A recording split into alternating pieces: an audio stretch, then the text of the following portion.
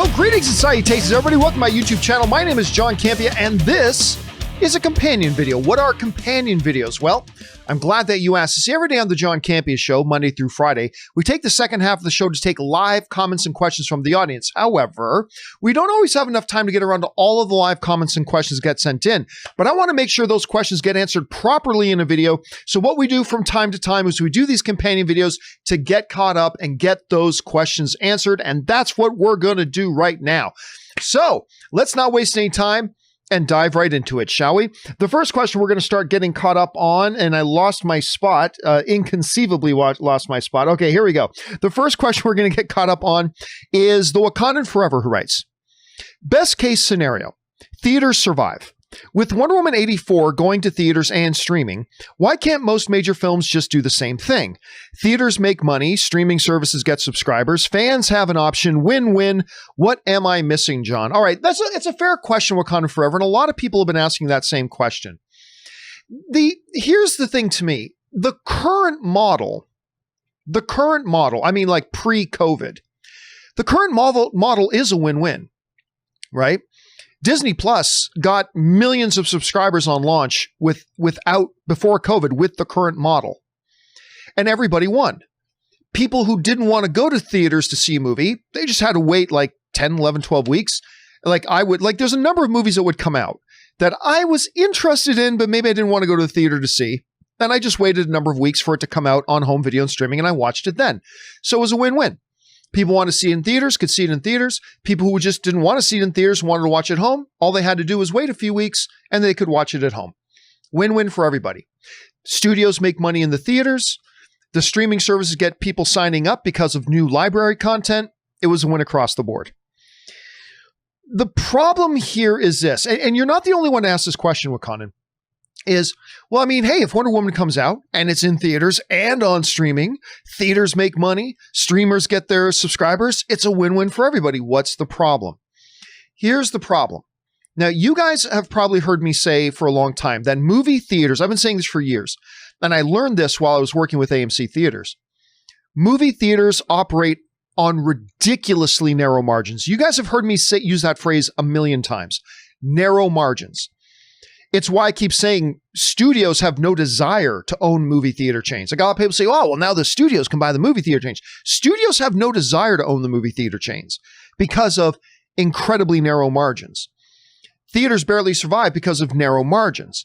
Well, what do I mean by narrow margins? Actually, let me actually bring it up on screen so we can get into this in general. Excuse the mess. This is like from a previous show. These notes are from a previous show, but let me clear these off. Okay. So whenever I talk about narrow margins, what am I talking about when I say theaters, narrow margins? All right. What do I mean by that when we talk about theaters, narrow margins? What do we mean by a margin? First of all, a margin in this context is the amount of money you make that is over what you need to survive. Okay, that's what we're talking about that's what we're talking about when we say our margin. What is our margin? Our margin is that amount of money that you make that exceeds the amount of money you need to survive.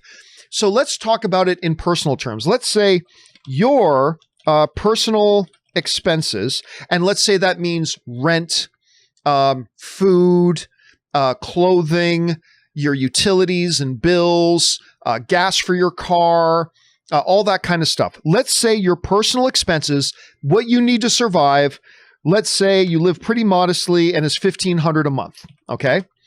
$1,500 a month is what you need to survive.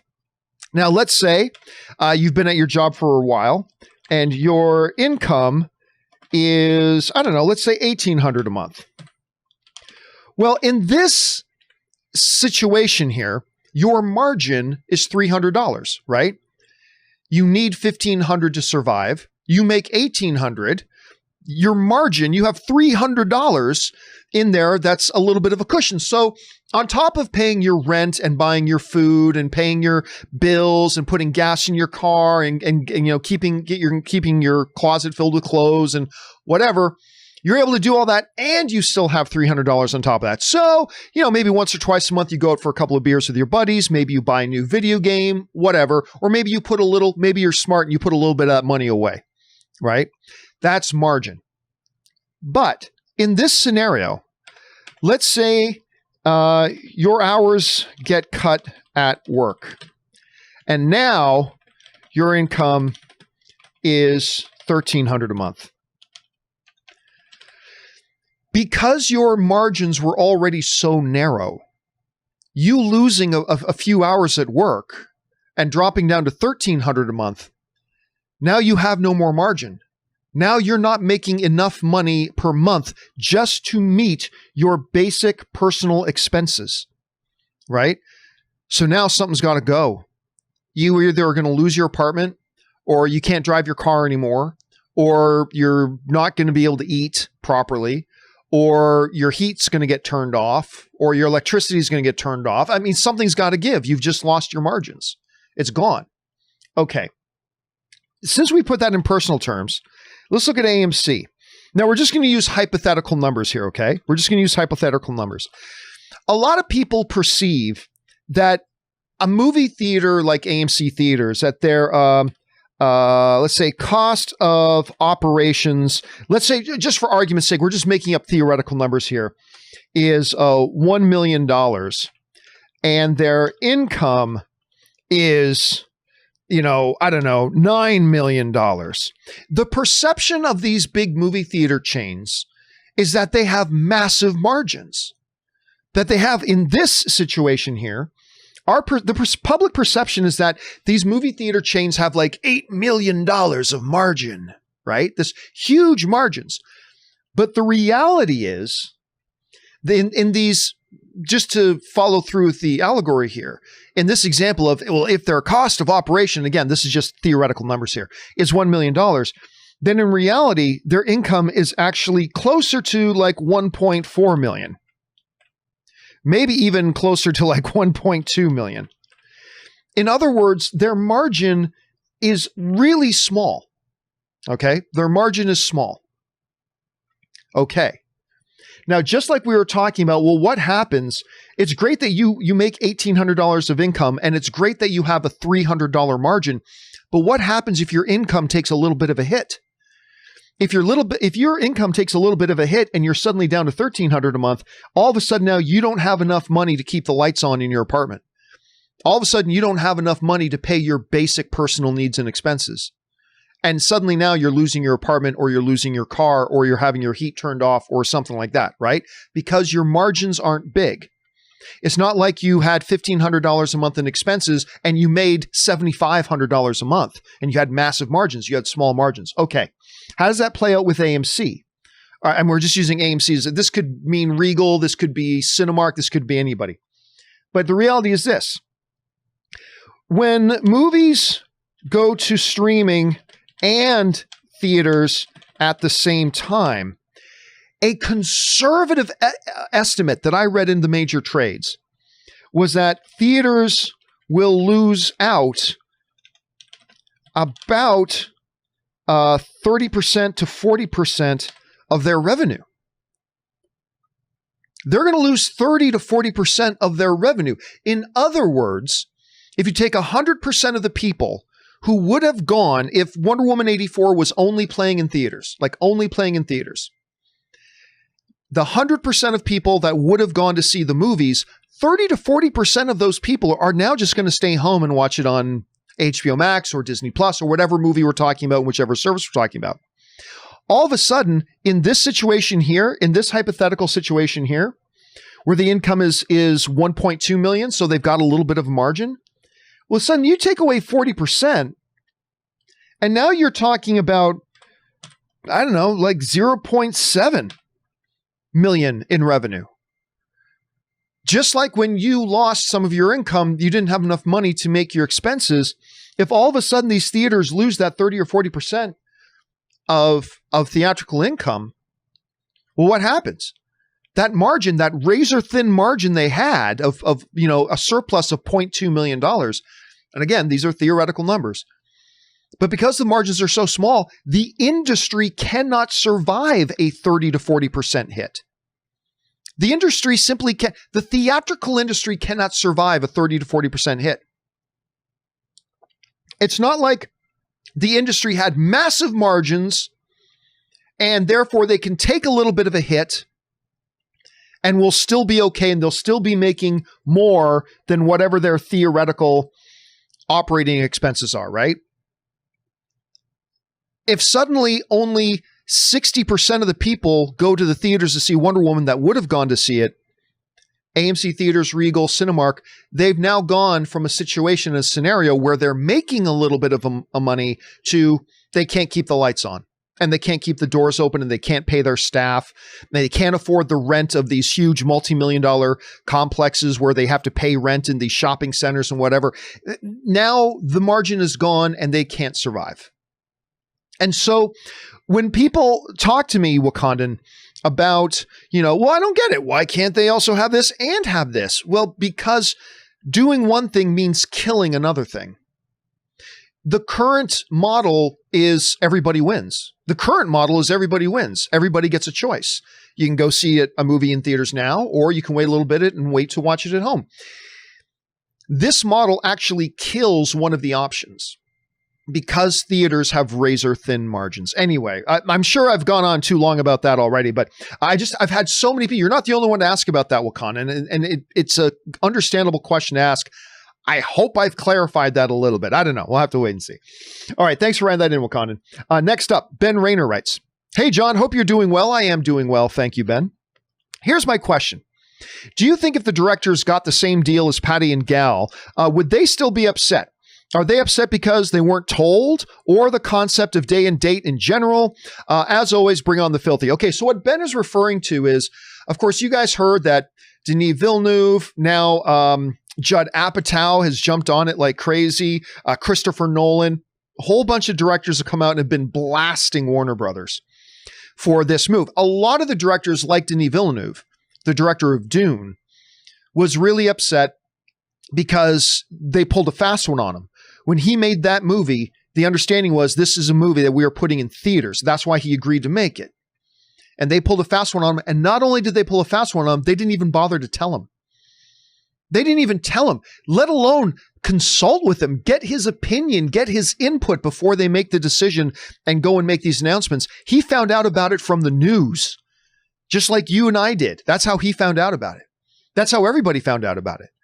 Even the company that paid for Dune, Legendary Pictures, Warner Brothers financiers, their partners in it, they weren't even notified. They weren't told. And now that's why Legendary is taking Warner Brothers to court. And they're going to win, by the way. Spoiler alert, Legendary is going to win that. Now, what they're going to be seeking, I don't know. I don't know whether they're going to be seeking a court order to put it out in theaters exclusively, or if they're going to be seeking monetary damages from Warner Brothers. I don't know. But whatever it is, they're going to win. Anyway. And a lot of the agencies were upset as well. Because whereas Wonder Woman 84, in my personal opinion, I thought Wonder Woman 84 was treated fairly, right? They assess, they say, we're going to pretend like Wonder Woman 84 was going to make $1 billion at the box office, and everybody who stood to make bonuses from the box office results of Wonder Woman 84, we're going to pay you out those bonuses as if the movie made $1 billion in the box office. And I thought that was a fair assessment. And Wonder Woman is one of these films too. Remember, Wonder Woman wasn't just waiting to come out. Wonder Woman originally was going to come out like a year ago. Remember that. Wonder Woman 84 was originally going to come out like a year ago. And it's been moved release date several times. So it's a different situation for Wonder Woman 84. As a result of that, people like Patty Jenkins, the director, and Gal Gadot, who is, of course, the star of the film, they made $10 million paydays on that movie because Warner Brothers assessed the value at $1 billion at the box office. However, all the films coming out in 2021 did not get that same treatment. They got much lesser deals than Wonder Woman 84 got. And that made a lot of the agencies very upset. So Ben is asking a very logical question. Do I think all these filmmakers and directors just got upset because they didn't get the same deal that Wonder Woman 84 did? I think it's not. I don't think there's one answer to that, Ben. I think it's all of the things you mentioned. And it's accumulative. First of all, they're pissed off that their movies, which have not been delayed a year already, are suddenly now going to be on streaming. On top of the fact that they were never consulted, and it's their films, and they were never consulted, never talked to, never given a heads up. On top of the fact that they treated a couple of other movies, The Witches and Wonder Woman 84, completely better than they're treating all the other movies in the 2021 bucket. It's not any one of those things that I think have made all the filmmakers and stars upset. I think it's the collection of all of those things put together. That's what's upset them. That's what's made them angry to the degree that they are. Any one of them probably would have upset them a little bit, but I think it's all three of those things together that have probably made it a big snowball of crap that has gotten everybody upset and makes everybody mad at Warner Brothers right now. El Postino, the Postman, writes, the thing I will miss most about AMC theaters is the popcorn. When I was single, I used to go to AMC to see crappy movies I didn't even care about. Seeing just to get a hot, buttery tub of their mouth-watering popcorn. What will you miss most about AMC? If AMC does indeed disappear, I mean, we talked about this the other day.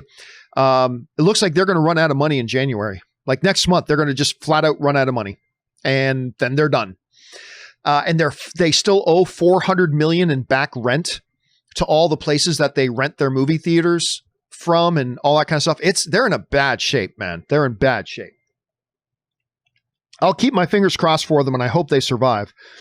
The thing I will miss most is about AMC specifically is the Prime theaters. The Prime theaters they completely ruined me for any other regular theater. Just with the Dolby double laser projection system, which is the best in the industry, the Atmos sound, the motorized leather recliners with these subwoofers built into the seats so that they'd rumble just a little. They're not obnoxious like some of the other theaters that have these big sensory things in the chairs. Just a little bit of the right rumble in the seat at the right times. It was just magnificent. I love it. It is the Prime theaters that I will miss most if AMC gives it up, El Postino. All right, Sam writes, all the new Star Wars content seems great, but I kind of wanted something in the now/present show or film since the Skywalker saga just disappointingly wrapped, but maybe they have something just not revealed. Also, over under 10%, we see Ahsoka in Kenobi. Well, I mean, about seeing more Star Wars content in the quote unquote present, right? Because, I mean, Star Wars story happened all over their timeline, but the present in Star Wars is always what's the most up-to-date thing. And that, of course, is the end of The Rise of Skywalker. That is the technical now. That's the present, right? Who knows when and where Taika Waititi's film is going to happen? Who knows when and where this film that Kevin Feige, this Star Wars film that Kevin Feige is going to produce for Lucasfilm, when that's going to happen? I have very little to zero doubt that they will come back and tell stories in the present. What happens after the events of The Rise of Skywalker? Okay, now the galaxy is free of the First Order. There are going to be new threats to consider. We're going to have to reform the new Republic because we've already had the Republic. We've had the New Republic. Now we're going to have the new Republic.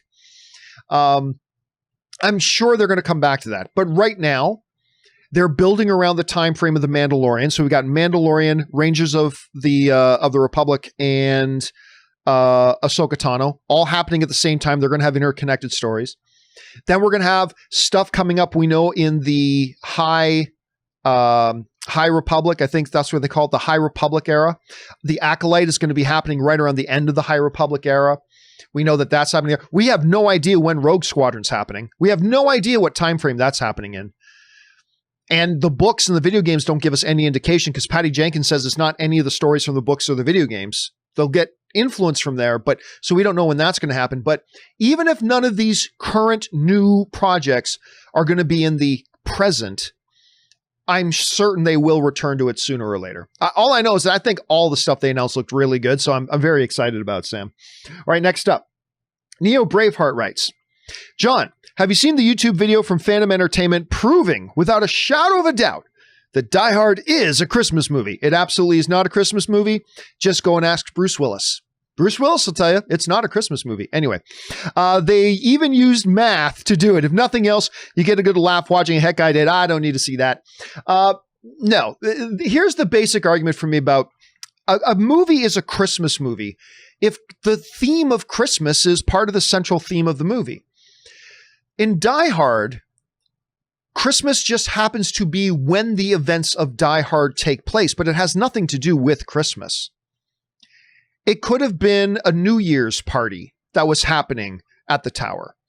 It could have been, I don't know, a Thanksgiving Day festivities going on. It could have been a Valentine's. Maybe it was the company was important Valentine's Day. But the point is, Christmas had nothing to do with it other than that happens to be the time of year the story occurred. And that's why, to me and Bruce Willis, that Die Hard is indeed not a Christmas movie. It's a movie that happens at Christmas, but it's not a Christmas movie. That's all I'm saying. That's all I'm saying. Anyway, I know a lot of people disagree with me on that, and that's perfectly fine. All right, Mischievous Gremlin writes, hey, John and Rob. Rob's not here, obviously. Since we likely won't be getting another Avengers-type event movie in a long while, do you think Marvel is trying to make both Spider-Man 3 and Doctor Strange Multiverse of Madness big event-type films to make up for no Avengers movie? Well, I mean, here's the thing, though, Mischievous Gremlin. Marvel approaches all of their movies as big event movies. It doesn't matter whether you're talking about standalone Ant-Man. Even in Ant-Man, you had Falcon show up, right? But it doesn't matter whether you're talking about Ant-Man or whatever, but just look at something like Captain America Civil War. Look at Thor Ragnarok. We had Thor and Loki and Valkyrie and Hulk. I mean, they kind of approach all of their properties as being big event properties. So, but if we really wanted to force it into a category and into a box, I would say that things like Multiverse of Madness is going to fall into the box of a Thor Ragnarok type film as opposed to an Avengers type film. You see what I'm saying there? I feel like one fits more than the other. Even if you look at Winter Soldier, I mean, you had Captain America and you had Black Widow, right? You had Nick Fury. I mean, so I would say Doctor Strange is really going to fit more into the category of Civil War or of a Thor Ragnarok and Winter Soldier. That's what it feels like to me. But again, I feel like Marvel's mentality is every property they put out is a big event type thing. So that's kind of how I see it at any rate, Mischievous Gremlin. Good question, man. All right, next up. Adrian E. writes, hey, John, love the documentary. Thank you so much, man. And thank you for giving me an excuse to plug my documentary. For those of you who do not know, my documentary, Movie Trailers, A Love Story, Movie Trailers, A Love Story, is available now internationally, worldwide, wherever you live. You can go and check out my documentary, Movie Trailers, A Love Story. Obviously, you can tell what it's about due to the trailer or due to the name of the movie. It's about movie trailers at vimeo.com/on-demand/movie trailers. And if you if you happen to live in the US and the UK, you can also get it on Amazon. So you can just go to Amazon and search for Movie Trailers, A Love Story, and you guys can go and find it there. And thank you again, man, for giving me an opportunity to plug my movie.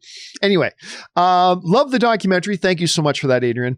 I recently saw the Johnny Cash biopic Walk the Line. I loved it. It's easily one of my favorite biopics, up there with Straight Outta Compton. What are your thoughts on Walk the Line, and what's your favorite biopic? Well, I mean, Walk the Line is amazing. I love Walk the Line. Joaquin Phoenix might be his best movie ever, his best performance ever. And I include The Joker, which he won an Academy Award for, but Walk the Line is probably his best performance. And I'm not even big on biopics about musicians, but Walk the Line is great. My all-time favorite biopic would probably have to be Gandhi with Sir Ben Kingsley. That movie's just like all sorts of amazing. Milk is also very good. Amadeus is really good. I guess we could have a debate as to whether The Social Network is a biopic or not. I kind of do consider Social Network a bit of a biopic, but I love that one. Capote with Philip Seymour Hoffman is another one of my favorites. I certainly love Straight Outta Compton as well. That was great. But yeah, my favorite would probably be Gandhi. That's actually probably my favorite one, Adrian. Anyway, thanks for sending that in, man. All right, next up. An anonymous viewer writes, RIP to Tommy. Yeah, I heard about this. Tommy Tiny Lister. I'll always remember him as Debo from the Friday franchise. Have you seen the Friday films? And if so, which is your favorite? Also, I love the documentary. Thank you so much, man.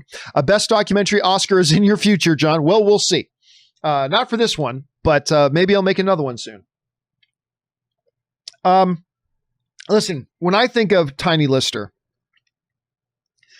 and this is showing my WWF roots, back when it was still called WWF, not WWE.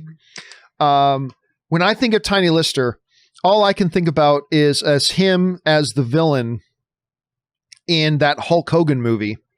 And then because he was just so massive and huge and had so much natural charisma, they brought him actually into the WWF to be an antagonist to Hulk Hogan's hero. And he was Zeus. That's what they called him in the WWF. Zeus, with his eye going the other way, which was such a marquee look for him.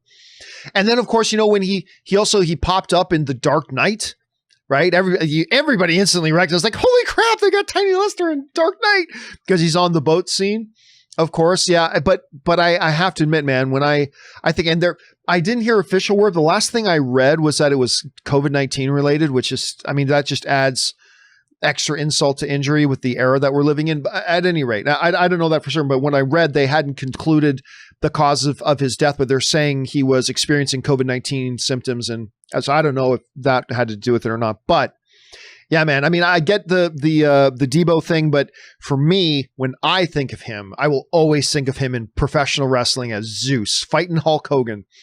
And that dude, I still remember at the time, and I was a kid, man, but it's like I rarely ever saw a physical specimen like him, man. Like he was an Adonis, like absolutely had a great charisma and everything too. He was such a great heel.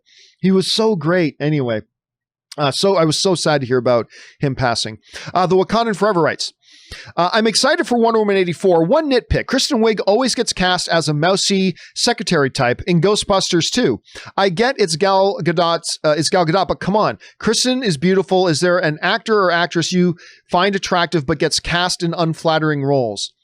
I don't think there's anything unflattering about the roles Kristen Wiig gets. I mean, even if you look at her breakout movie in Bridesmaids, I mean, she's not supposed to be, you know, like some John Campea level homely, you know, Home Alone kind of creature or anything like that. She's supposed to be pretty and all that kind of stuff. And I don't think there's anything, I think it's just a part of it has to do with our perception of her because of her comedy stylings, right?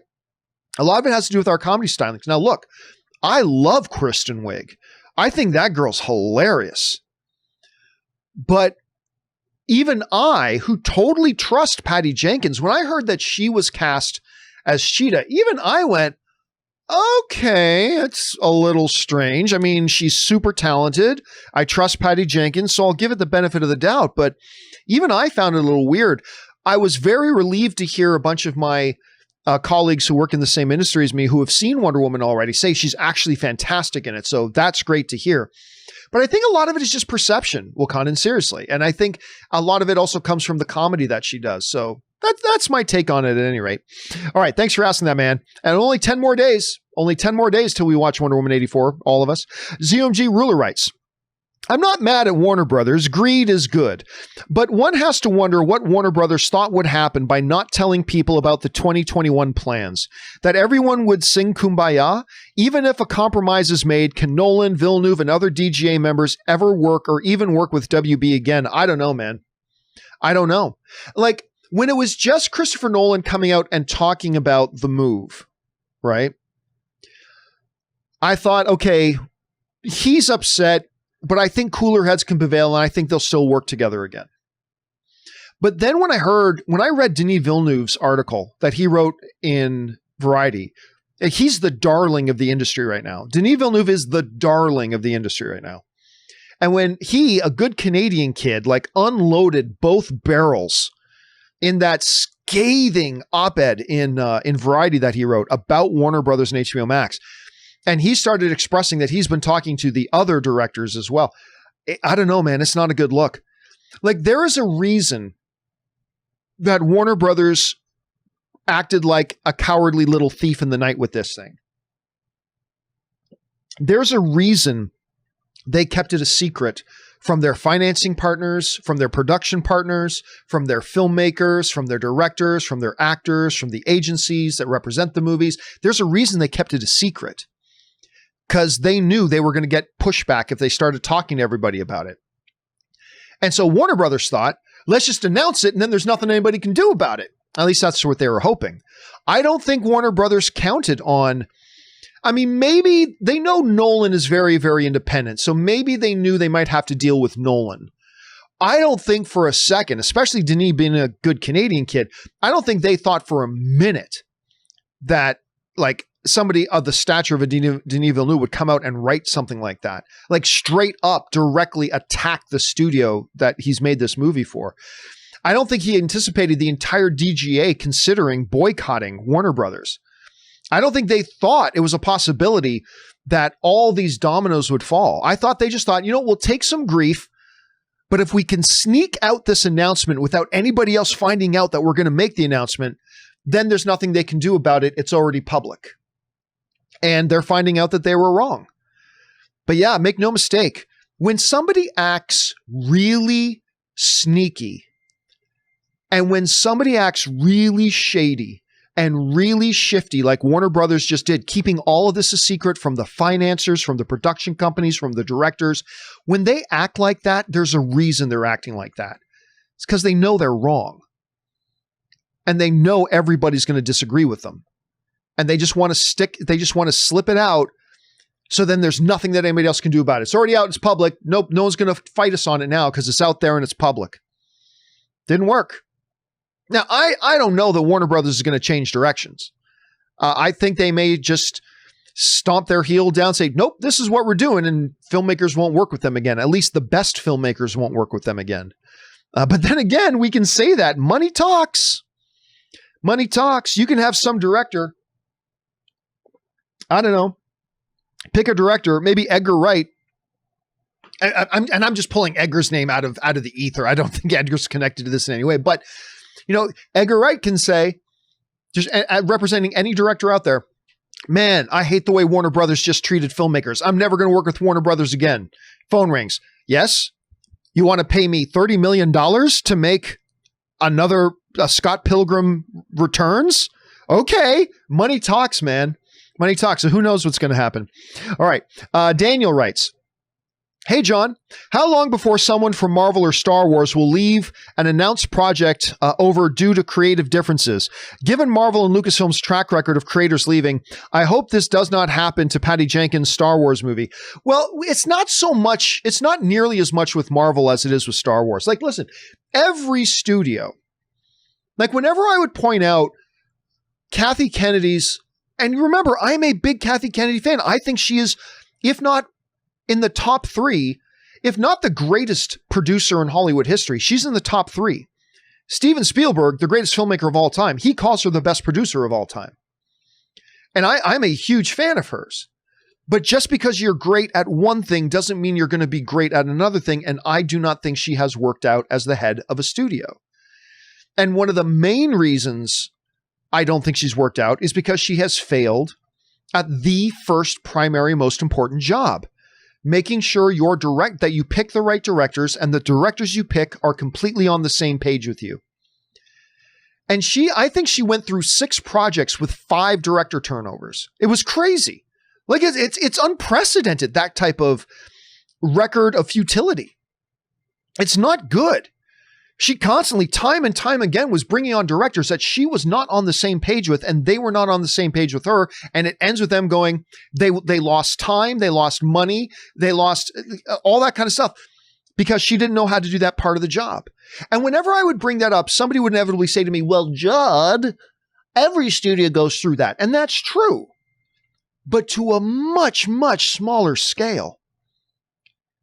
Like for something like Warner Brothers or something like the MCU, you're talking about every,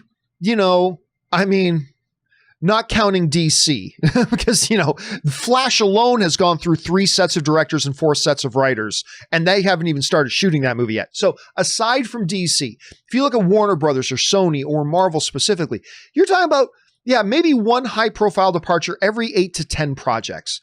That'll happen.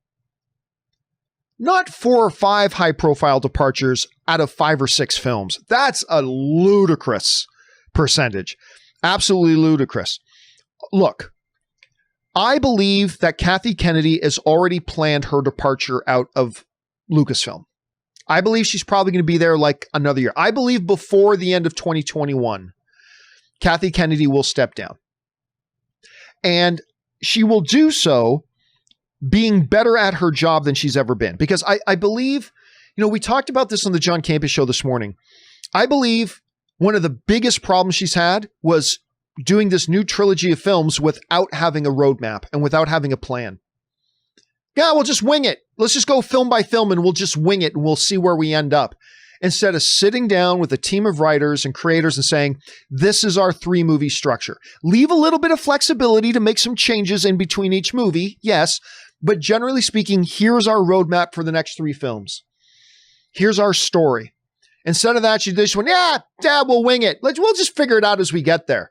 Like they get in their car to drive to set. Hey, has anybody actually written this movie yet? Don't worry about it. We'll just get there and we'll figure it out. I mean, I'm obviously exaggerating, but that's kind of how it was though, right?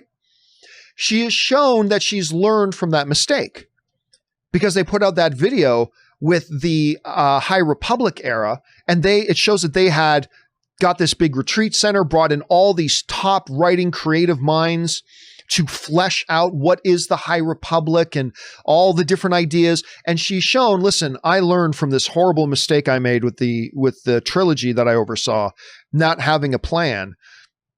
We're going to make sure we have a plan. Also, now look at the state Star Wars is in right now. People are more excited about Star Wars right now than they've been in a while. Between another season of Mandalorian, between Ahsoka, between The Acolyte and Rogue Squadron and Obi-Wan Kenobi and all this stuff, people are very excited right now. And I think Kathy Kennedy can now leave this job knowing that she got better at the job by the time she left. But I still think it's time to leave. I think a new person needs to come in and now take it from here. But I will say, I think Kathy is going to leave positioning Star Wars in a better place it was than just a couple of years ago, which is, a lot to have to do with her own fault. But she's corrected a lot of the stuff. So that's kind of my take. But here's hoping she has also learned to take your time in picking your directors. Don't just pick the hot flavor of the month as a director and believe that they'll just come to heel because you're the head of Lucasfilm. Take your time. Actually meet with them more than 3 or 4 times. Make sure that the filmmakers and you are 100% on the same page. And I have a feeling if Kathy Kennedy has learned from those other mistakes, I'm hoping she's learned from those mistakes as well, and that we won't see any high-profile departures.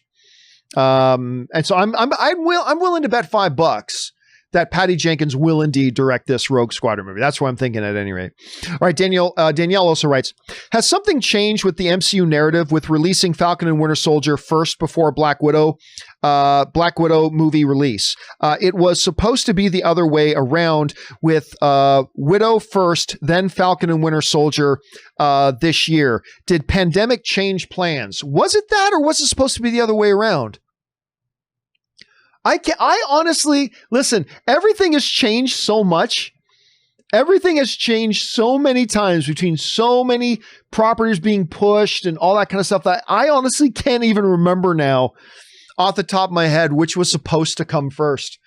I honestly, I can't remember now. Look, if they did change it, it probably would have meant they just, during their reshoots, they probably just changed a couple of things in some reshoots and made it fit.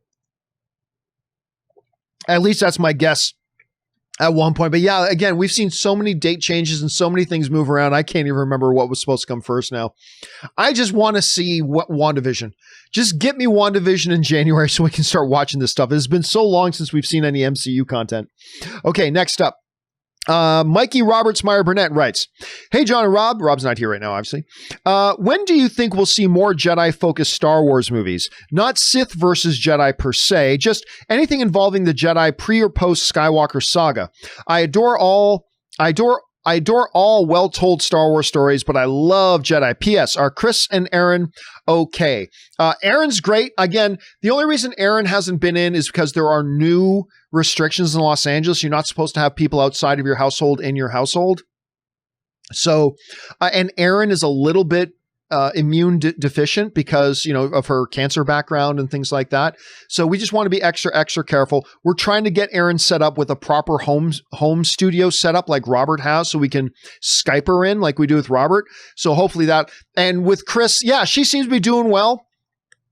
She just dropped a note on my Instagram the other day. And hopefully somehow, some way we'll get on the other side of this thing and we'll be able to get Chris on again sometime soon. Here's hoping. As far as Jedi stuff goes, don't forget, we've got Obi-Wan coming.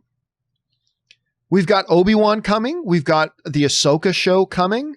Who knows what the Taika Waititi thing is. So yeah, I think we're going to get a good amount of Jedi stuff here pretty soon. Thankfully, not all Jedi stuff, but it seems like we are poised to get a good amount of Jedi stuff. With Ahsoka and Obi-Wan on its own, let alone whatever Kevin Feige's thing's going to be and whatever Taika Waititi thing's going to be. So I think we're in a good position here, Mikey.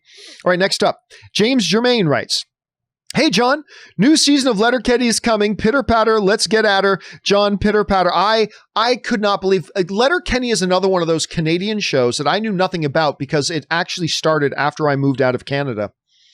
And you guys introduced me to it. Like, seriously, you guys are the ones who introduced me to Kim's Convenience, to Schitt's Creek, to Letterkenny. It's unbelievable. And don't forget January, James, we also have the new season of Kim's Convenience is coming. And now everybody will have more renewed interest in it because Mr. Kim is in Mandalorian. He's the X-Wing fighter pilot who keeps showing up. He's the older Asian guy. Good Canadian kid, by the way, that guy. And Simu Liu, who plays his son in Kim's Convenience, is the new Shang-Chi in the MCU. So hopefully that'll be extra motivation for people to check out Kim's Convenience. It truly is a absolutely fantastic show. I can't believe I was so late to the party on that. And so is Letterkenny, by the way. All right. Ben C. writes, "Any thoughts on a possible Regal AMC merger to keep them afloat? Been a huge fan since the AMC Movie Talk days. Love your show." Well, thank you so much for that. It really wouldn't help either of them very much. Regal belongs, by the way, Regal can't merge with AMC. Regal belongs to another company. Regal belongs to Cineworld, which is their parent company, their owner company that's based in the UK. So you're not going to see, but even if they did merge, the reality is it wouldn't help their situations all that much. It's still rent on an individual building still costs that much money. A manager still costs money. His assistant manager still costs money. The facilities manager costs money. The janitorial staff costs money. The ticket takers' salaries cost money. The kids working behind the concession stands cost money. The upkeep of the theaters and screens still costs money. The administration of those buildings still costs money. It might be a little bit of a cost savings, but it honestly wouldn't save much. It wouldn't save much. So I love the way you're thinking, Ben. You're trying to think with some creative solutions here, and that's the way we should all be thinking. But unfortunately, that one solution has two big problems. One, Regal isn't their own company. They belong to somebody else, so they can't merge in with AMC. The second is the cost savings would not amount to all that much. And not nearly the amount of money they need to keep these places afloat. So keep thinking, though. Keep thinking outside the box like you are. Maybe one of us can come up with a solution for it that they're not coming up with yet. All right. MNHB 2001 writes, "Hey, John and Rob, Tenet's home release is today. Do you plan on rewatching it? And if so, would love to hear your thoughts after a rewatch with subtitles. I say it took 3 times for me to appreciate it and understand the third act." Yeah, listen, I was able to basically understand the movie, but just the way that so much of the dialogue was completely unintelligible. Like, I get there were a couple of scenes where we're not supposed to understand the dialogue. I get that. But there were many scenes where we were supposed to understand the dialogue that we didn't. I cannot wait to watch it again. And I still liked the movie. I still liked it. So I cannot wait to watch it again, this time with subtitles on. So once I do, I will probably give a little follow-up. I will probably give a little bit of a follow-up to my second experience with Tenet, once I have a chance to do that. All right, next up, Daniel writes, with Kathleen Kennedy's contract with Lucasfilm ending in 2021, so they say, with no word or announcement on her renewing it, who is most likely candidate to succeed her if she steps down as president of Lucasfilm? How long does transition of position take? The reality is this. It will probably be somebody we've never heard of, and that's a good thing. I don't need a great filmmaker as the head of the studio. We need somebody who is a great executive. That's what we need. Lucasfilm needs somebody who is a great executive. Who had ever heard of Kevin Feige when he kind of took the helm of Marvel? No average person had ever heard the name Kevin Feige. He was just a guy who understood the business, understood, how to get things done. He was always thinking, he's an executive. He's also very much a creative, but he's very much an executive. If there was going to be a recognizable name, to me, it's Jon Favreau. Because when I watched that documentary series on how they made Mandalorian season 1, you could see Jon Favreau was the executive of that thing, working with his handpicking his directors, working directly with his directors, and interacting with the technology, bringing in his own creative angle as well. He was every bit. When I was watching that, I didn't see Jon Favreau, the filmmaker. I saw Jon Favreau, the executive, and doing an incredible job. Mentoring guys like Dave Filoni and Bryce Dallas Howard, and empowering his directors to do what they need to do, making sure he properly communicated his vision about what he wanted this overall show to be. And now he's going to be overseeing Mandalorian, Ahsoka Tano, Rangers of the New Republic. He's going to be overseeing all of these things. I think from all the names that we know and recognize, Jon Favreau is the logical choice. But I honestly probably think it's going to end up being somebody we don't even know. Somebody who's not a famous filmmaker, somebody who's just a great executive, somebody who is great at the administration, who knows how to empower people, who knows how to put the right people in the right places to give them the highest chance of success, which is a completely different skill set than just being a director or a filmmaker. Right. So my guess is it'll probably be somebody we never heard of. And if it is somebody we've heard of, my money will probably be on Jon Favreau. And I'm happy either way. James LH writes, hey, John, just seen and enjoyed Kim's Convenience. We were just talking about Kim's Convenience. Nice to see season 5 coming. Next is Parks and Rec and Schitt's Creek. Dude, 2 of my all-time favorite shows. But I can't decide which is first. So, John, as the best pundit around, can you help with this momentous choice? Hope some honest flattery helps. Okay, so here's what I think, James.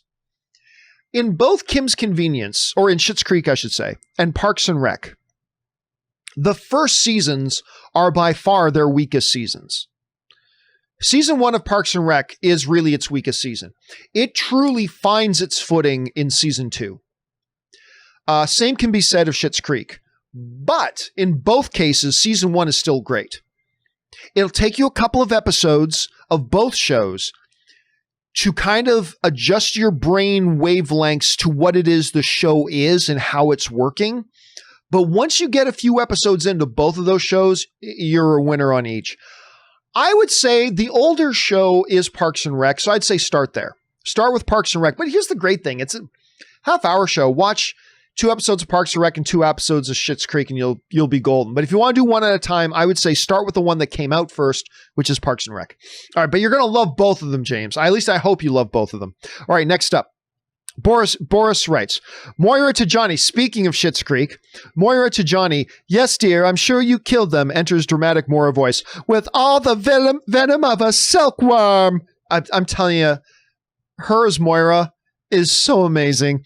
Thank you for convincing me to watch this show. Halfway through season 5 in 2 weeks. This show is hilarious and so heartwarming as well. Again, talking about Schitt's Creek, that's the thing that makes this show so unbelievably special.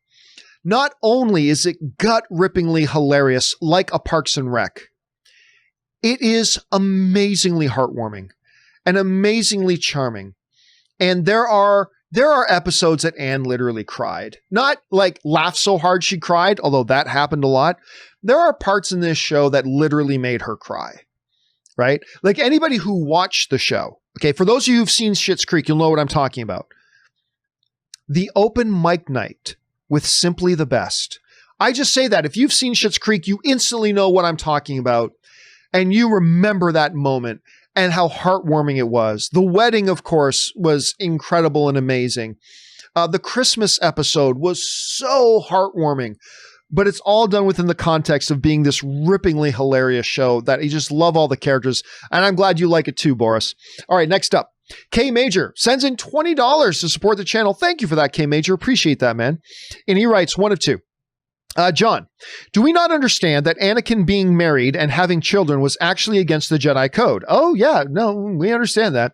Luke being powerful was due to a lineage that wasn't even supposed to exist. I was all in with Last Jedi's message of anyone can have the Force. I feel it's what draws us to the idea of the Force. No one needs to be related. It's how the Force is able to be all over the galaxy. If it was all lineage, it wouldn't be isolated to one neighborhood, which would be dumb, I think. And remember, I don't think that Luke being powerful in the Force was because he had a Force user for a father. I think it was just the Emperor foresaw that that child would be strong in the Force. And now that we know a little bit more about Anakin's origins, that probably had more to do with it than anything else. But this is why I always resist and fight against this idea that, oh, a Jedi has to be a lineage of somebody else. The Jedi never came from lineage. That's the thing. Jedis couldn't get married and have kids. They would just discover a kid somewhere that the Force happened to move through. And they recognize that the Force is strong with that kid. And we're going to take that kid to the temple through no birthright, no anything. They just had it. And they would recognize it, identify it. Forget the stupid midichlorian thing. But they would just recognize it, identify it, and take the kid to the temple, assumingly with the parents' permission, to be trained as a Jedi. And so I'm absolutely 1,000% on the same page with you on that, K Major. 1,000%. There's so many people forget that little tidbit, and I think it's very, very important and good that you bring it up. So thanks again, man, and thanks for supporting the channel on that level, man. I appreciate that, dude. All right, next up. K Major also writes, John, bro, I don't know what schlocky is, but that emo Peter scene is cringy AF. I thought we were being punked the whole time and was thinking the real movie was coming out later. I may sound crazy, but I saw Spider-Man 2 in theaters 8 times. I had high expectations. Spider-Man 2, listen, you guys have heard me say it a million times. Spider-Man 2, for the longest time, I think an argument can be made, was the best, like just simply the best comic book movie of all time for a couple of years, for a number of years. It's fantastic. But yeah, listen, I am with you, K Major. There's just no getting around. Listen, I think Spider-Man 3, Sam Raimi's Spider-Man 3, has redeeming elements. I don't think it's as bad as many people make it out to be. It's still bad. It's bad. But it's not as bad, I think, personally, as many people make it out to be. However, that there is no exaggerating how bad and awful that whole emo Peter thing was. It was horrendous. It was like it was completely out of a different movie. It's like they stopped the movie so Saturday Night Live could do a funny skit about the movie, dropped it into the movie, and then they picked up with the movie after that. It was completely awful. There's no way around it. It was completely awful. I am hiding writes, Hey, John, huge fan of Indiana Jones, stoked about the new movie, but I disliked Indiana Jones and the Kingdom of the Crystal Skull. Making Shia LaBeouf similar to Indy did not work. For comedy, he should have been like Connery, totally opposite to Indy. Thanks. You know what? Here's the thing with me with Indiana Jones and Kingdom of the Crystal Skull. I think if that was the exact same movie, but it wasn't called Indiana Jones, it was called Dr. Herman Forrester and the Adventures in the Jungle. If it was just called that and it wasn't Indiana Jones, I think Indiana Jones and the Kingdom of the Crystal Skull is a perfectly good, fun little adventure film.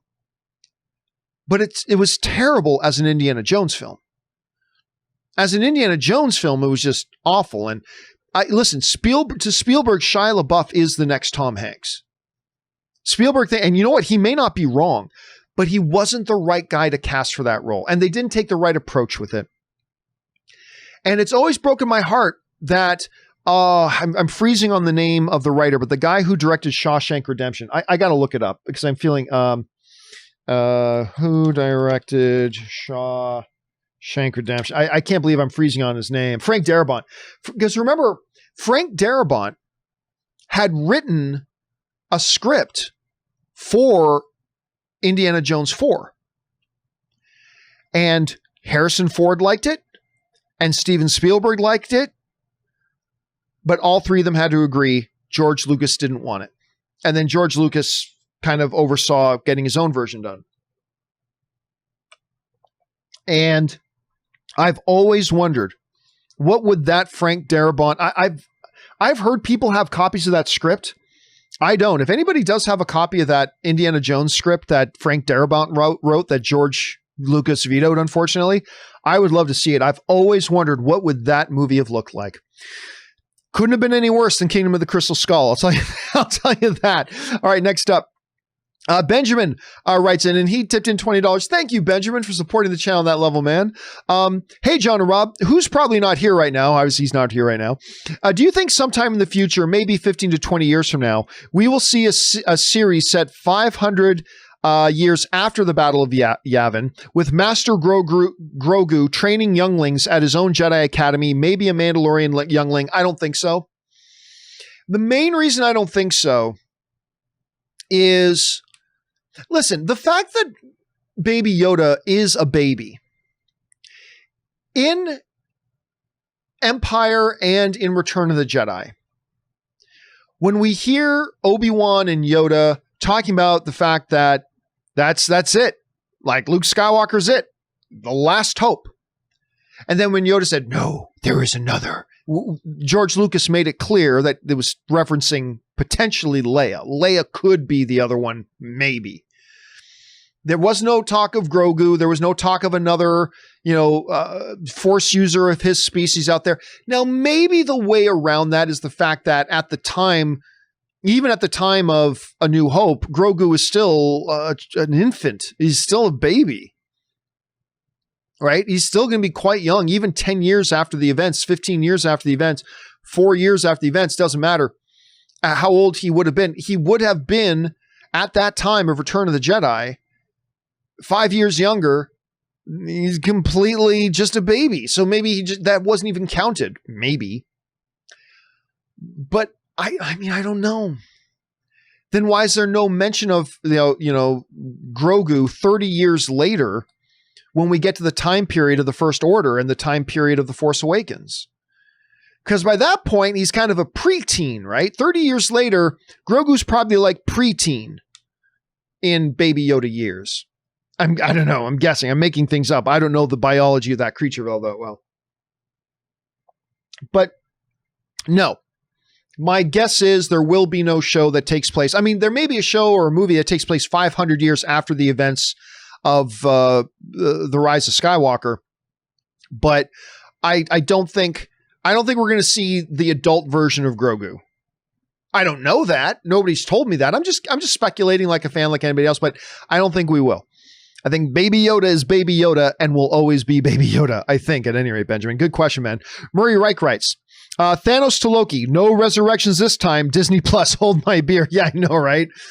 It was like Disney was turning to us as the audience and saying, yeah, we get it. We kept killing and bringing Loki back. When they had Thanos say no resurrections this time, I mean, that was clearly a message to the audience. But then what happened 1 year later?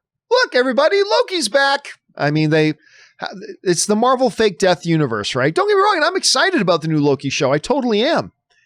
Especially now that Deadline is reporting that Lady Sif, Jamie Alexander, is going to show up in the Loki show, which I mean, she's a fellow Asgardian. I think that would be great if she does, but yeah, keep fake deaths, man. Anonymous viewer just sends in $7. Thank you so much, anonymous viewer. Another anonymous viewer writes in, I didn't expect AMC to go bankrupt just a year after MoviePass failed and died. Well, I mean, yeah, but I mean, look, let's be clear though. If AMC does go bankrupt, which is what looks like it's going to happen, but it's not guaranteed yet. There's still some hope, but it looks like that's what's going to happen. it won't be because the business failed. It will be because the pandemic hit and took away their product and took away their customers. I keep using a fish market as an example. If you operate a fish market, you cannot survive one of two things. You can't survive not having any customers coming to your fish market, but you also can't survive if you do have customers, but you don't have any fish to sell them. AMC theaters and all the movie theaters have been put in a position where they've lost both. They have no customers because people can't go out, and they have no product because studios don't have movies to send to them. And the few movies they do have right now, they're holding them back because there's no customers, and some of them are putting them in streaming. So suddenly they're a fish market with no fish and nobody to buy the fish, even if they had the fish. You know what I mean? It's tough. So we got to remember, if AMC or any of the theaters do go under, it's not because they failed. It's not because they did something wrong. It's because they faced a historic, unprecedented event in this industry that had never been before seen, that stretched way longer than any of us thought it would. And that would ultimately be what kind of sinks it. All right, breaking news writes, a new Star Wars Disney Plus series is coming out. It's called I Got a Stiffy, a love story directed by Porkins. Porkins. Now you say Porky, but I'm guessing you meant by Porkins. I got a stiffy. I'm telling you, that's going to be a hit song, man. It's going to be an absolute hit song. Russell Amador, thanks for that breaking news. Russell Amador writes, hey, John, I know it's barely Tuesday, but damn it, Friday couldn't get here quick enough. The season 2 finale of Mandalorian is upon us, and what a ride season 2 has been so far. Hopefully they end it on a high note, and we see what loose ends they have for season 3. That's the only... Listen, I am not one of these Star Wars fans that's like, they have to do this at the end, and this guy has to show up. I'm not one of those. I'm just like, hey, Jon Favreau, just give me what you got. Show me what you've come up with. The only thing I ask is have a definitive ending to the season, just like last season did, and introduce a new wrinkle that will lead us into the next season. Last season, they wrapped it up. Mando escapes, takes Baby Yoda with him, all that kind of stuff. And then this one little thing, Moff Gideon survived the crash, and he comes out with it, not just with himself, but with the Darksaber. Awesome. You wrapped up the story, and you introduced new ways, new directions for us to go in the next season. What I don't want to have happen is have for 3 episodes tease that some Jedi out there in the universe got Grogu's message and is going to show up, and then have them show up with like their back to the camera, and that's the last scene we get, right? Mando and Big Grogu look over and saying, somebody called for me, and it turns and we don't get to see who it is. Like, show us who it is and then end the season, right? That's the only thing I hope they do, is Russell. It's the only thing I hope they do, and that they do properly. I hope. All right, next up. What do you think the long-term consequences may be for Warner Brothers and their standing with the industry? Do you think it is likely we will see new WB projects from Nolan and other top-tier talent and directors? Listen, at first when this all started and it was just Nolan that was upset, I thought, you know what? They'll work this out. They will iron out their differences. They'll talk behind the scenes. They'll get this straightened out, and we'll see them work together. But now that I've seen just how big of a deal it's become and how many other directors feel impacted and how many people in the industry are really upset with them, I think it's gotten quite bad. It all depends on what does Warner Brothers do moving forward. That's going to be the key. Do they initiate talks with everybody? Do they sit down with everybody? Do they try to compromise? Maybe they take some of the films like Godzilla vs. Kong and Dune and maybe 1 or 2 others and say, okay, look, there are some of these that we just don't think are going to do well in theaters. We want to put them straight to HBO Max. But fine, Legendary Pictures, you paid for these movies. We'll put if there's some compromise, I don't think there's going to be long-term consequences. If there's no compromise, there could be. So right now, we're only in the beginning days of it. This is something that could blow over in 2 weeks if the right people have the right conversations. It could literally be blown over in 2 weeks. If Warner Brothers and the reps from the DGA and all that kind of stuff all sit down, they come to an understanding and they work out some kind of deal and compromise, this could all be blown over with just a couple of quick conversations. Or it could go completely nuclear. where more directors come out, speak out against them. We're seeing even more directors in the last couple of days have been coming out and speaking against Warner Brothers. If the DGA decides to boycott Warner Brothers, if that happens, then the WGA, the Writers Guild of America, SAG, the Screen Actors Guild, they could join them. I mean, it could get nuclear. It's just too early to tell right now. So let's see how it unfolds. Good question, though, McKinley. Let's see. Next up, Casey McNatt writes, "Hey, John and Rob, with WandaVision, Spider-Man 3, and Doctor Strange being rumored of being a 3-part story." It's not rumored. Kevin Feige, he said they all have one interconnected story. Now, I don't think it's going to be like part 1, part 2, and part 3, but I do think it's going to be an interconnected story. That's what Kevin Feige has said. How likely is that both WandaVision and Spider-Man 3 end with cliffhangers going into Doctor Strange 2? That's never really what Feige has done. Feige's never done it that way. Even when you look at Infinity War did not end on a cliffhanger. Infinity War ended with the bad guy winning. Period. End of the movie, bad guy won. And it ends with Thanos sitting on his hillside, looking out on the fields and enjoying, his victory, whatever, right? Kevin Feige makes sure that every movie is a complete viewing experience, with open doors that lead into the next. And I believe that Kevin Feige will carry that on. It's not going to be, oh no, coming to the conclusion of the movie and the end, everybody. Ooh, you're going to have to come see the next movie to figure out how that scene just ends. Kevin Feige's not going to do that to his audience. He never has. I don't think he ever will. He understands you have to make every single movie a complete experience in and of itself, even when it's going to lead into another one. Make it a complete experience in and of itself. That's one of the things he's done so well, and that's one of the things I think he'll continue to do. All right, next up. Anthony writes, with Hayden Christensen returning as Darth Vader in the Obi-Wan series, do you think we'll have moments where he'll have his helmet off and see a burned up Anakin? And if so, do you think that will take away from the mystique of Darth Vader? No, we've seen Darth Vader without his helmet a number of times, right? Both in animated form and in live action form. So I don't think it would kill the mystique. Because look, if we don't have any scenes, first of all, we don't even know how they're going to use Hayden Christensen in this thing. We have no idea how they're going to use him. But if you're going to bring him in, if you're just going to have scenes with, say, Vader with the helmet on, then you don't need to bring back Hayden Christensen. You don't have to pay Hayden Christensen the money you're going to have to pay him to come back. Not that he's going to cost $5 million or anything, but you can literally just get a day actor for $100 a day to come in and be in the Darth Vader suit, right? So I gotta believe at least once, maybe more, we will have face-to-face conversations between Obi-Wan and Anakin. I don't know that for a fact. I've not been told that by anybody in the industry. That is just me speculating. But it just seems to me, if you're going to bring Hayden Christensen back, what's the point of bringing him back if we don't get to see his face at all? So, yeah, there's that. All right, next up. Luke1234 writes, hey, John, since movie studios and snack vendors pay the theaters money for ads, spots, and trailers to be played in front of the movies, do you think we will see an increase in the number of ads we see since the theaters need extra revenue if they survive? No, I don't. And it's actually one of the things that I talk about in my documentary. We talk about like the number of trailers that play, because here's the thing. Theaters, I should say, will need more revenue. Yes. But what they need more than just revenue, theoretically, is they need consumers. They need customers.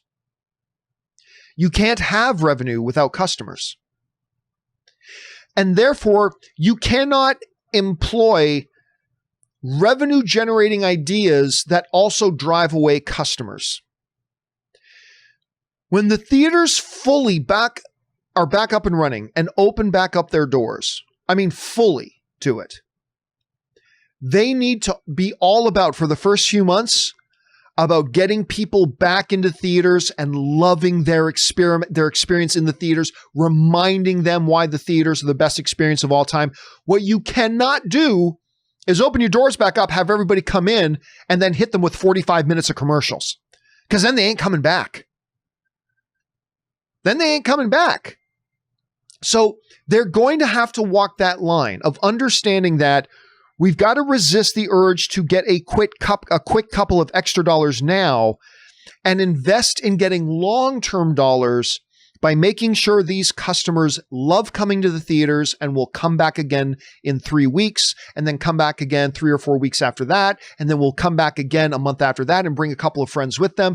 We got to look at long-term money as opposed to short-term money, especially when the short-term money can kill your long-term prospects. So I think they'll be smart enough to know they can't just go hog wild and suddenly put up like 35, 45 minutes of trailers and commercials, and that'll just kill them. That'll kill them. All right, next up. Jesse writes, I know weekly releases for streaming series is better for driving subscriptions and has worked great for Mandalorian, but seeing as how Mando is very episodic in nature, do you think Marvel's 6-part movie approach would be better suited for a binge release? Nope, I don't. I really do think this is the best way to do it. I mean, because look at us as fans, the experience we've been able to have with Mandalorian. Fandom, one of the great things about fandom is that it extends beyond just when we watch the property. The experience of fandom starts with watching the property and then extends out to talking about the property and celebrating it with other fellow fans, whether it's in person or online or whatever, and then hyping up for the next one and then getting to repeat the cycle. The magic of Mandalorian is that it comes out. Look, I keep using Punisher on Netflix, right? Punisher on Netflix was terrific. Both seasons were terrific. But I remember season 1 of Punisher came out with John Bernthal, and it was wonderful. And it dropped all the episodes at the same time, like Netflix always does. And I binged it, and it was great. And a week later, nobody was talking about it anymore. Nobody was talking about it anymore. It's all anybody could talk about for the first 3 or 4 days that it dropped. And then after that, that was it. That was it. Nothing more to see here. Nothing more to talk about. Nobody was talking about it anymore a week later. Mandalorian has been a completely different experience. Everybody tunes in and watches The Mandalorian the day that it drops. And then everybody talks about it. And then everybody buzzes about it. And everybody gets excited about it. And then after they've done that for a couple of days, they start to turn their excitement to talking about what's going to be in the next episode. So they talk about, buzz about, rage about the last episode. And then they spend the next couple of days talking about, buzzing about, raging about what's going to come in the next episode. And their viewership grew and grew and grew because that enthusiasm, that energy, that buzz, that momentum kept flowing from week to week. And then the next episode comes out and it all starts again. And then the next episode comes out and it all starts again. Disney is all about that. They don't just want people to sit down, binge watch, Falcon and Winter Soldier and have nobody talking about it a week later. They want Falcon and Winter Soldier to be the topic of conversation for 2 months. Because that's what it is with Mandalorian. A season of Mandalorian comes out and it is the topic of conversation for 2 months solid. And that's what they want with WandaVision. That's what they want with Falcon and Winter Soldier. That's what they're going to want with She-Hulk and Ms. Marvel and everything else. And Loki, that's what they want. It works better it works better for the fan community too. It works way better for the fan community. The other big advantage for the fan community is this. When, Punisher dropped, not everybody watched it in the first couple of days, but you never knew when people were on the same spot as you, right? You could have been on episode 7. Meanwhile, somebody else, your buddy may only be on episode 2 because they didn't have a full weekend off that they could just sit down and binge the entire thing, right? So everybody's at different places. The other great thing this week-to-week thing has done is that we're all on the same page. There's like a 24-hour period every week where some people have seen the newest episode and some people haven't. But for the most part, we're all on the same page. When we're on week 4, nobody has seen episode 6 yet. right? We're all on the same page and we're all geeking out, and it increases the fan experience, and it makes for a much more successful run for the network itself. So yeah, I got to say, I think movies are one-shot things. You want to do a movie, make a movie, and we watch that in one shot. But if you're going to make a series, the week-to-week thing is absolutely the best way to go. And I say that as a binger. I'm a binger myself, but the week-to-week series, it has been proven statistically multiple times that it is absolutely the best way to go. All right, next up. Let's see. Adrenaline Knight writes, my theory on Michael Keaton's role in Morbius. He's playing himself, filming Homecoming, and just knows Morbius. Wouldn't that be a kick in the teeth? Wouldn't that be funny if like Michael Keaton stars as Michael Keaton? I don't think they're doing that. But imagine that the reason he's wearing the same outfit as he was in Spider-Man Homecoming is that it's actually our world Morbius takes place in, and he just runs into Michael Keaton hanging out on set. Obviously, I do not think that's what they're doing, but oh my God, how meta would that be if they went that way, Adrenaline Knight? Now, listen, if that happens, I will remember. You wrote that in. 95% chance that's not what's happening, but if it does, I will remember the day you wrote that in. All right, Adrenaline Knight also writes, everyone is missing the obvious choice for Spider-Man's lawyer, Vinny Gambini, and his aunt just happens to call him up. Because Marissa Tomei was in my cousin Vinny. And see what he did there? It's all interconnected, man. It's all interconnected. All right, next up, we've got the Wakandan Forever writes, I'm a combat sports guy, me too, UFC and boxing. I'm curious about hockey, and I have YouTube, so why not? What classic game, team, or player do you recommend a person new to the sport? I do hear that they can actually fight on the ice with skates. Sounds fun. Yes, lots of fighting in hockey, although they do not use their skates. Although I remember this one time. I'm trying to remember the name of the goalie. He was, I believe it was from the Buffalo Sabres, where a guy tripped in front of him on the ice, and as he tripped, his foot went flying in the air and literally slit the goalie's throat, and like blood poured out, and amazingly he survived. They got him to the hospital and he survived. I'm trying to remember. It was a Sabres goaltender. If I'm trying. Oh, I feel terrible. I can't remember the name. Anyway, if you want to look up some great stuff, look up the Canada Cup series with Lemieux and Gretzky. Look up any of the stuff, the highlights of the career of Lemieux or Gretzky. Hockey is the most beautiful sport in the world.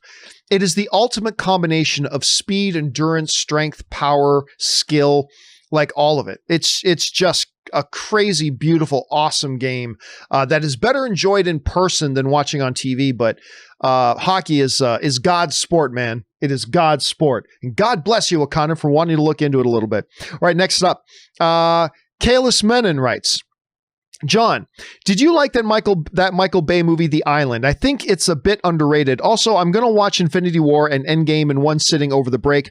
What do you think of the idea? Well, yeah, watching Infinity War and Endgame in one straight watch is I've done it. Absolutely. It's a good, fun watch. The Island is a movie I go back and forth on, to be honest with you. It's one of those, it's not a great movie. Ewan McGregor's in it, though. But hold on, let me just bring this up here. It's not a great movie. And if it wasn't Scarlett Johansson in that too, hold on a second. Yeah, it was Ewan McGregor and Scarlett Johansson. Jaimin Hanso, I totally forgot Jaimin Hanso doing that. Michael Clark Duncan, Sean Bean, Steve Buscemi. I mean, it was a great cast and all that kind of stuff. Basically where they find out they're clones that are bred so their organs can be harvested and all that kind of stuff. I go back and forth between it's pretty good and it's pretty not good. I never feel like it's completely god-awful. I've never felt like it's totally great, but it's one I go back and forth on a little. It's a movie that had, especially the narrative of it, had more potential than it didn't live up to its potential. Let's just say that. And remember, I'm not one of these bash on Michael Bay guys. Michael Bay's got a number of films that I really like including Armageddon and The Rock, Pain and Gain, the first Transformers movie. There's actually a bunch of Michael Bay movies I really like. So I'm not trashing on The Island because I want to trash on Michael Bay. It's just that I've found it not memorable. Let's put it that way. I find The Island to be personally not all that memorable, but I sway a little bit. Sometimes feel kind of positive about it. Sometimes feel kind of negative about it. Depends on the year you ask me, I suppose. All right. An anonymous viewer writes, I'm so excited for The Expanse Season 5 to premiere tomorrow. Cannot believe it's premiering tomorrow. I seriously, just somebody mentioned that the other day that it was just about to open up, and I totally forgot about it, and I love that show. It's another one of those shows that you guys told me to try it. You guys told me to try The Expanse, and I'm so glad that you did. I love that show. It's my favorite show currently running, and I can't wait for more. The cast, story, and world building are always spectacular. I agree. Now, I didn't think this last season was their best. Personally, I didn't think this most recent season was their best one yet. But even though I didn't think it was their best, I still really enjoyed it. It's probably maybe the best pure sci-fi on TV right now. I don't count Mandalorian as pure sci-fi, but there's something, and the definition of that is up for debate, I suppose. But The Expanse to me is like the best pure sci-fi on TV right now. And I cannot wait to start watching it again, Anonymous. All right, next up.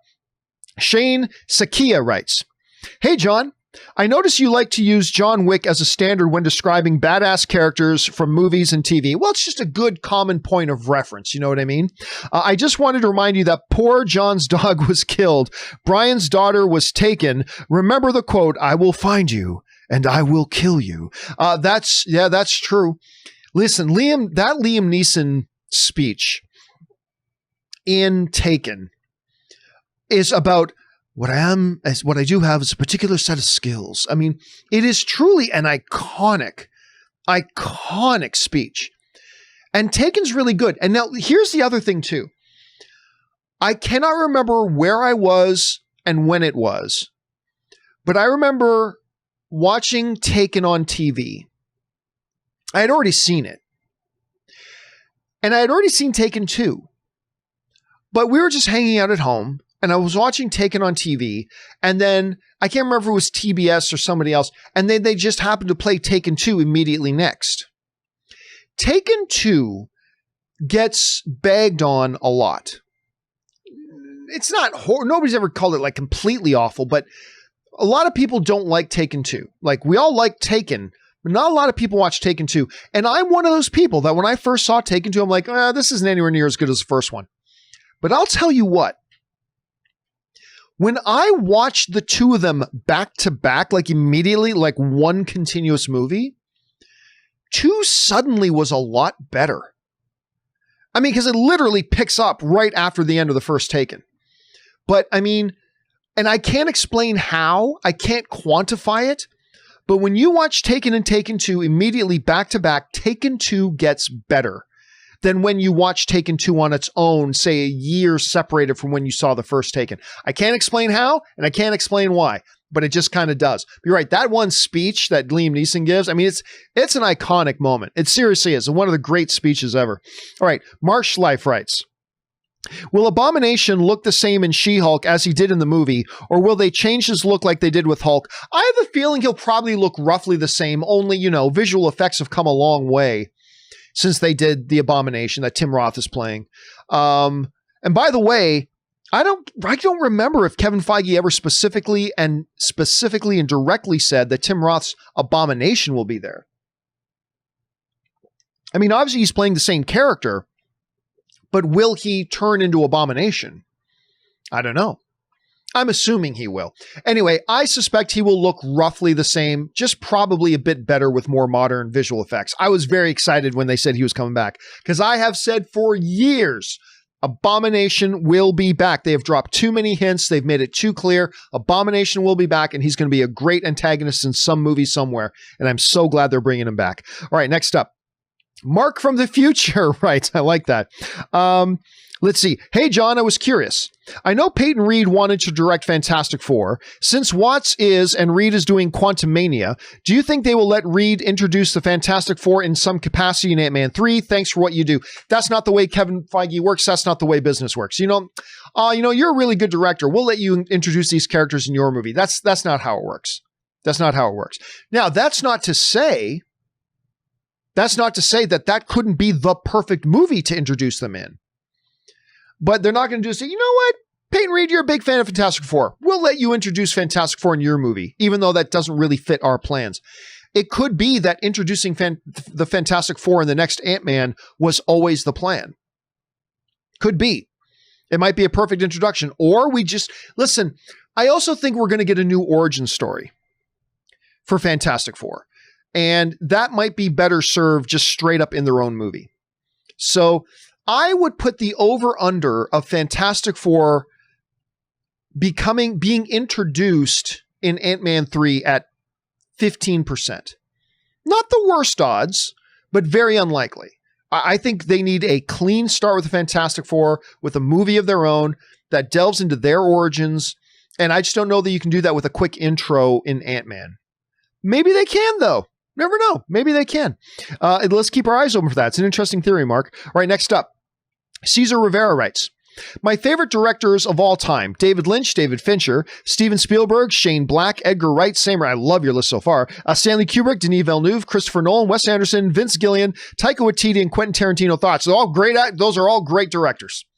It's an excellent killer's row of directors right there.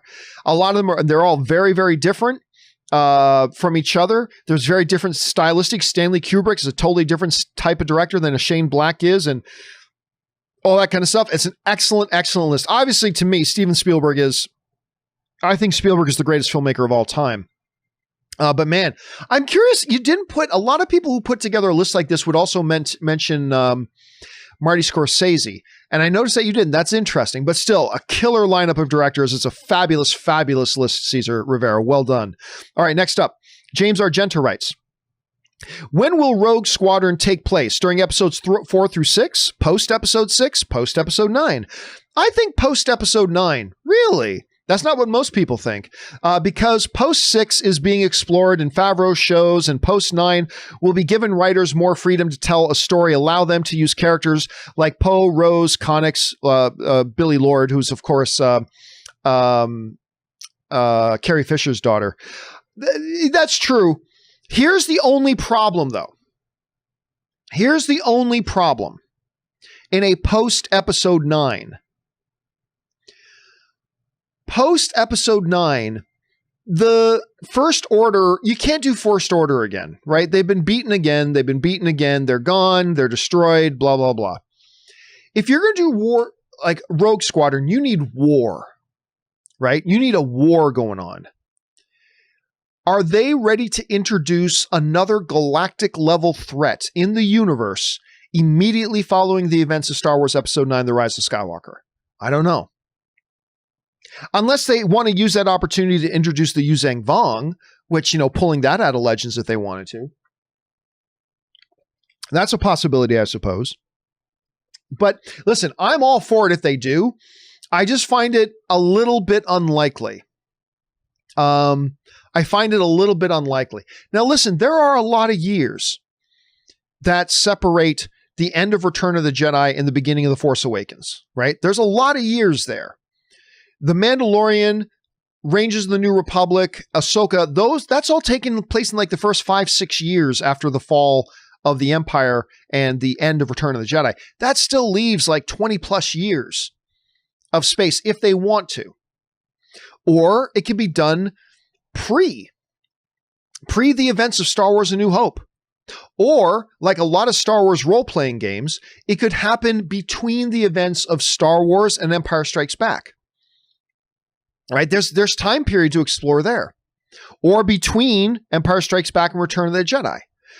The one that fascinates me most is post-Episode 9, being caught up in the present. They're just, who's your galactic level threat that literally you'd be having the new Republic going to war against? I don't know. That might be pretty ambitious. We'll have to see. And hell, it could be old or a High Republic era.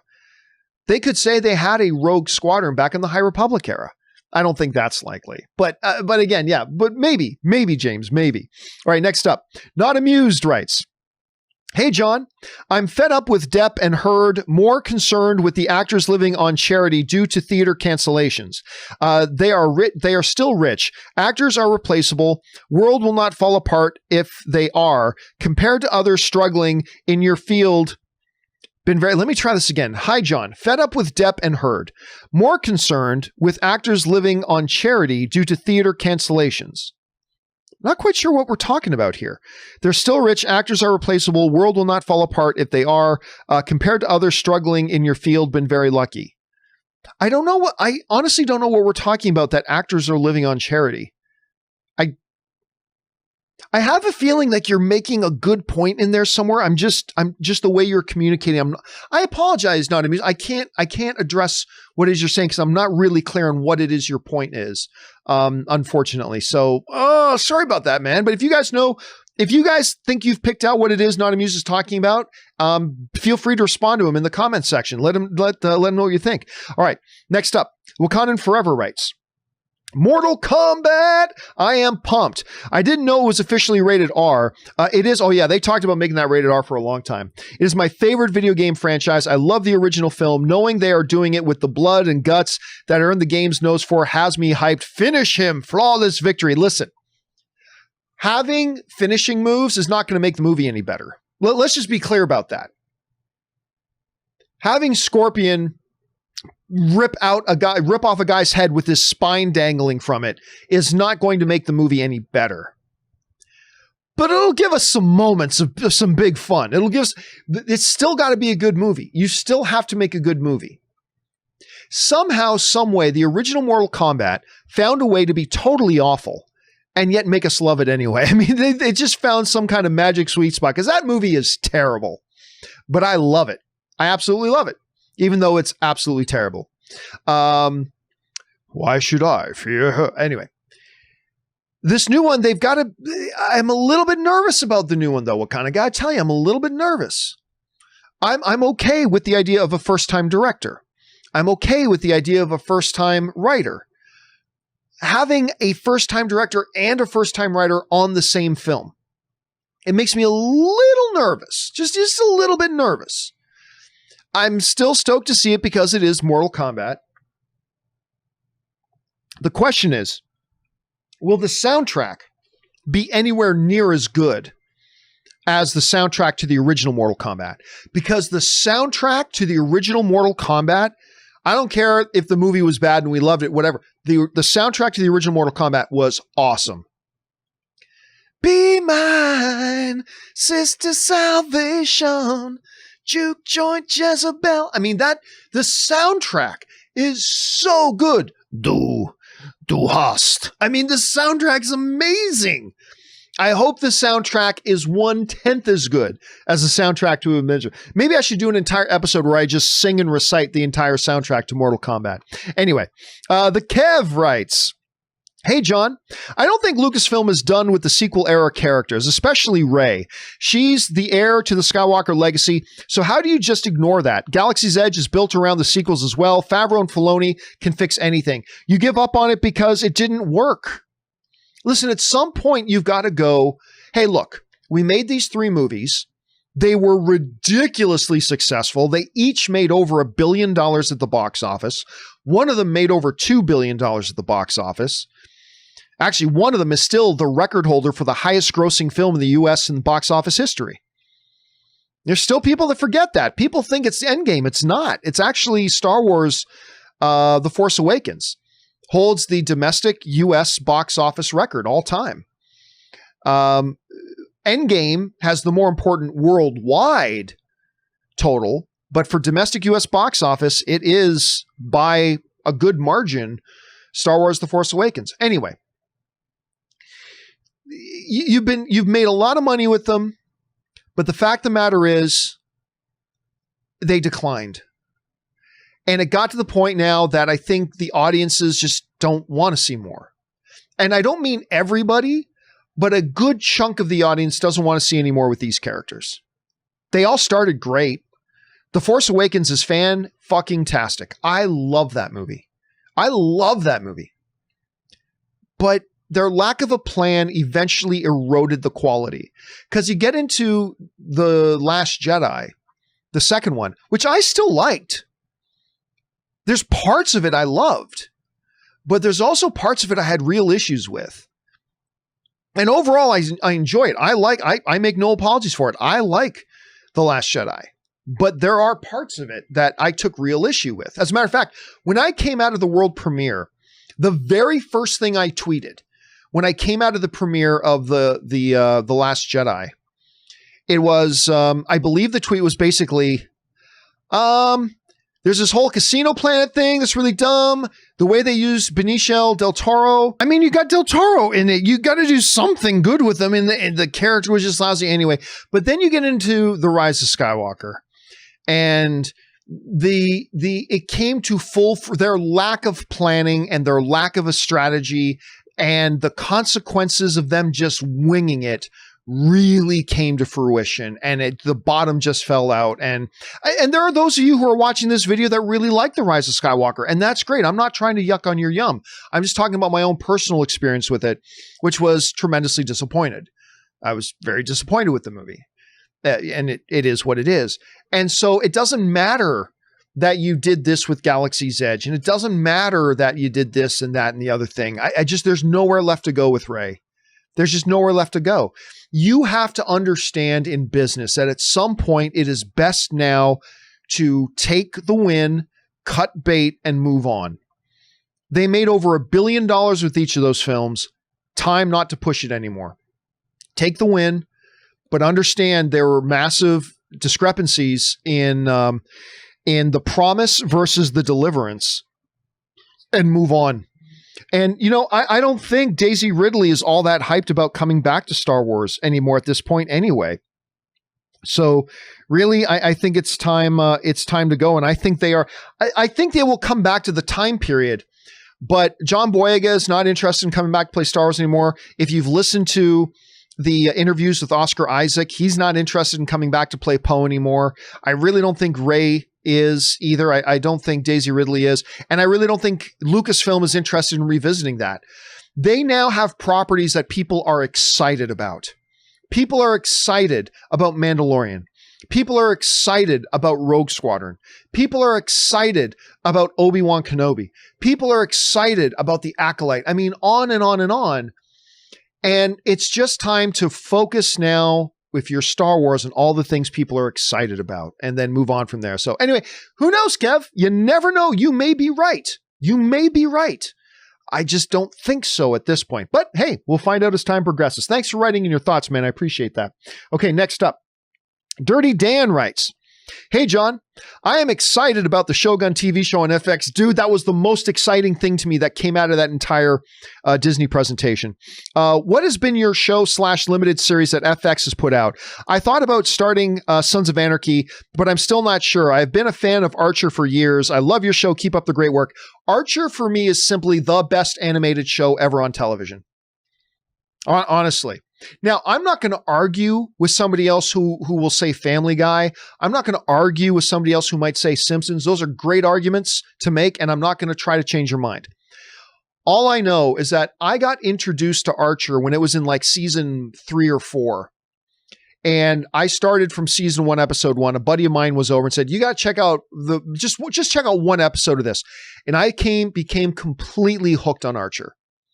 Just completely passionately hooked on Archer. And it's my favorite anime, but Sons of Anarchy is in my top 3 all-time favorite shows. So for me, what's the best series FX have ever done? To me, that's no question. It's Sons of Anarchy. It is, like I said, it's in my top 3 greatest shows of all time. My number 1 favorite show of all time is Ronald D. Moore's Battlestar Galactica. And then in the 2 and 3 spot, in no particular order, is Sons of Anarchy and Spartacus. Sons of Anarchy is a masterpiece, an absolute masterpiece. And then once you watch that, watch FX spin-off show, The Mayans, which has also been not as good as Sons of Anarchy, but much better than I thought it would be. And it's also very enjoyable. But man, I cannot wait for that Shogun series, dude. I am very, very stoked for that. Like I said, it was my most exciting announcement that came out of that Disney presentation for me. All right, Loverboy writes, after all the multiverse news coming from MCU, DC has to catch up. They do kind of have to catch up a little bit. So who's more likely to show up in Flash? Reeves's Constantine, Halle Berry's Catwoman, Nick Cage's Superman, Shaq Steele, Ryan Reynolds' Green Lantern, Brolin's Jonah Hex, or DeVito's Penguin, LOL. Honestly, but here's the thing. You don't catch up by doing what the other guy is doing. Right? For all we know, these pop-up things, by the way, don't forget, DC already kind of announced that they've got things coming too. it's just a gimmick. Honestly, it is just a gimmick. A gimmick can be good. A gimmick can work. A gimmick can bring value to a movie, but a gimmick can only have limited amount of impact. And so I don't think DC needs to look, and I don't think this is what you're suggesting either, Loverboy. DC doesn't need to focus on how to copy what MCU is doing, or to replicate what the MCU is doing, or to try to do it. Just do your own thing. You know, they're doing their own thing with Michael Keaton coming back and Ben Affleck coming back, and just continue to do their own thing and don't worry about what Marvel's doing. Because Marvel doesn't care what you're doing, so you shouldn't care what Marvel's doing. So that's probably the best approach for them to take. All right, final question, then we are all caught up. Stubble McShave writes, I don't buy Daredevil and Spider-Man. Besides rights issues, there's a question of tone and ratings. Cox's Daredevil was clearly R-rated with a pretty dark and violent tone. I can't see Spider-Man rated R. If Daredevil is made less violent, people will be mad. Yeah, this is a good argument, Stubble. You raise a really good point. It's not just the matter that Netflix has the rights and did they make a deal or not, and could this actually happen? Which it could. It could.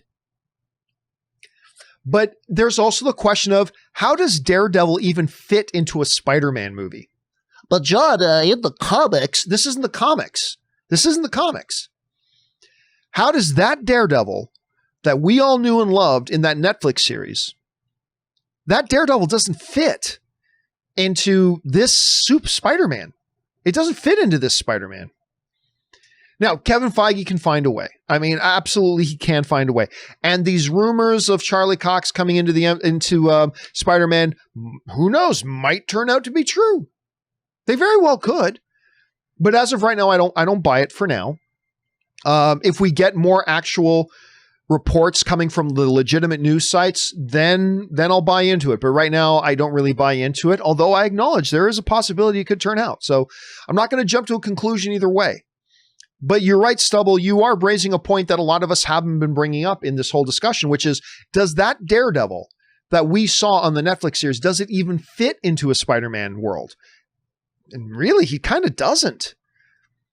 He kind of doesn't, unless you fundamentally lighten up that Daredevil, which you're right, that would make a lot of people unhappy if you fundamentally lighten up that Daredevil. So I don't know. And then, like I said earlier on, does that mean that Blade is actually Cottonmouth, who was just bit by a vampire and survived the events of Luke Cage? Maybe. Maybe. All right, guys, there are more questions left, but all the rest of the questions are the ones who came in after we finished today's show. So we're going to stop off there. But for the other questions from Jesse and MD and Evan, do not worry. Of course, don't worry. We're going to get to your questions for the show that they were intended to come into, which is tomorrow's John Campea Show. Don't forget to come back and join me and Mr. Robert Meyer Burnett for that. Guys, thanks so much for taking some time out of your evening to check out this companion video. And a special thank you to all you guys who sent in those questions. Number one, because you gave us great fun things to talk about. But number two, you really supported this channel and made this channel possible while you did it. So all of us involved here at the John Campea Show, thank you guys very, very much for your support. All right, guys, don't forget to do the four main things. Stay smart, stay safe, take care of yourselves, and please take care of the people around you. That'll do it for me for now, guys. My name's John Campea, and until next time, my friends, bye-bye.